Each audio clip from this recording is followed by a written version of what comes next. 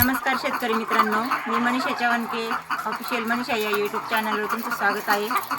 थंबनेलवरून तुम्हाला समजत असेल की आपला आजचा व्हिडिओ कशाबद्दलचा आहे। या वर्षीचा उन्हाळा खूपच तीव्र असल्यामुळे पक्ष्यांची खूपच काळजी घ्यावी लागते। सध्याच्या उन्हाळ्यात 30 डिग्रीपासून ते 40-42 डिग्रीपर्यंत तापमान पोहोचले आहे। त्यामुळे त्याचा परिणाम फक्त माणसावरच नाही तर पक्ष्यावर सुद्धा होतो आणि त्यामुळे उन्हाळ्याचे 3 ते 4 महिने पक्ष्यांची खूपच काळजी घ्यावी लागते। उष्णतेमुळे पक्ष्यांची ग्रोथ कमी होते, पक्ष्यांना स्ट्रेस येतो, त्यामुळे प्रोडक्शनवर पण परिणाम होतो। कधी कधी उष्णतेमुळे पक्षी मरतात पण।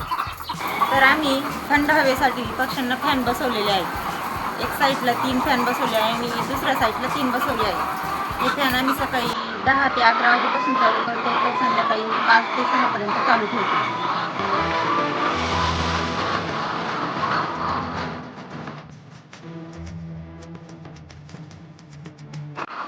आणि तसेच गारव्यासाठी आम्ही फॉगर पण बसवलेले आहे, बघू शकता तुम्ही।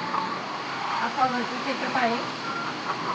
फॉगर आम्ही सकाळी 10-11 वाजेपासून चालू करतो तर फॅन सारखंच संध्याकाळी 5-6 पर्यंत चालू ठेवतो आणि त्याला दिवसभराला पाणी एक 250 ते 300 लिटर भरपूर होऊन जातं। यामधून त्याचं पाण्याचं नियोजन केलेलं आहे।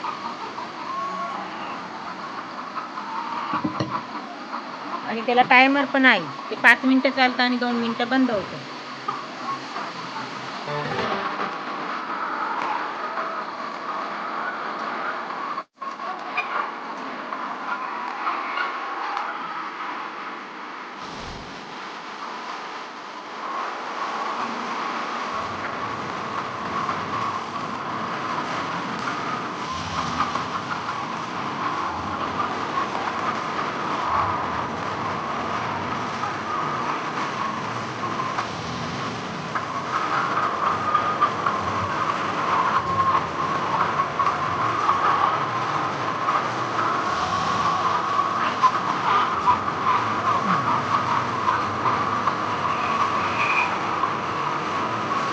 बऱ्याच शेडमध्ये पाण्याचे टाके बाहेर असतात, परंतु पाण्याचं नियोजन आम्ही शेडमध्येच केलेलं आहे, त्यामुळे पाणी पण थंड राहतं।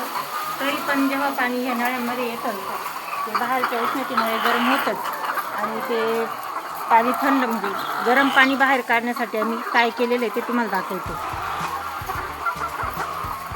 तर हे जे पाणी येतं हे गरम पाणी येतं आणि हेच नळ्यामधलं गरम झालेलं पाणी आम्ही इथून बाहेर काढतो।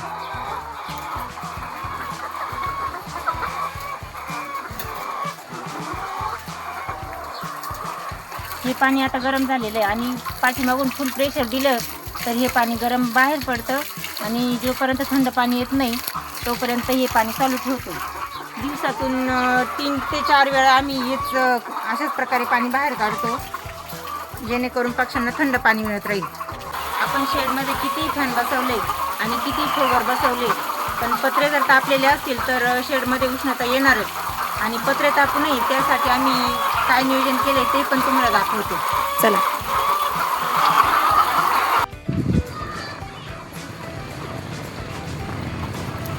आम्ही शेडवर म्हणजेच शेडच्या पत्र्यांवर पूर्ण पत्रे झाकतील असा मकाचा चारा पसरवलेला आहे आणि त्यावर स्प्रिंकलरच्या नळ्या अंतरल्या। दर तासाला त्या स्प्रिंकलरच्या नळ्यामधून आम्ही बोरिंगचं पाणी सोडत असतो, त्याने पत्रे ओले राहतात आणि नैसर्गिक थंडावा शेडमध्ये राहतो।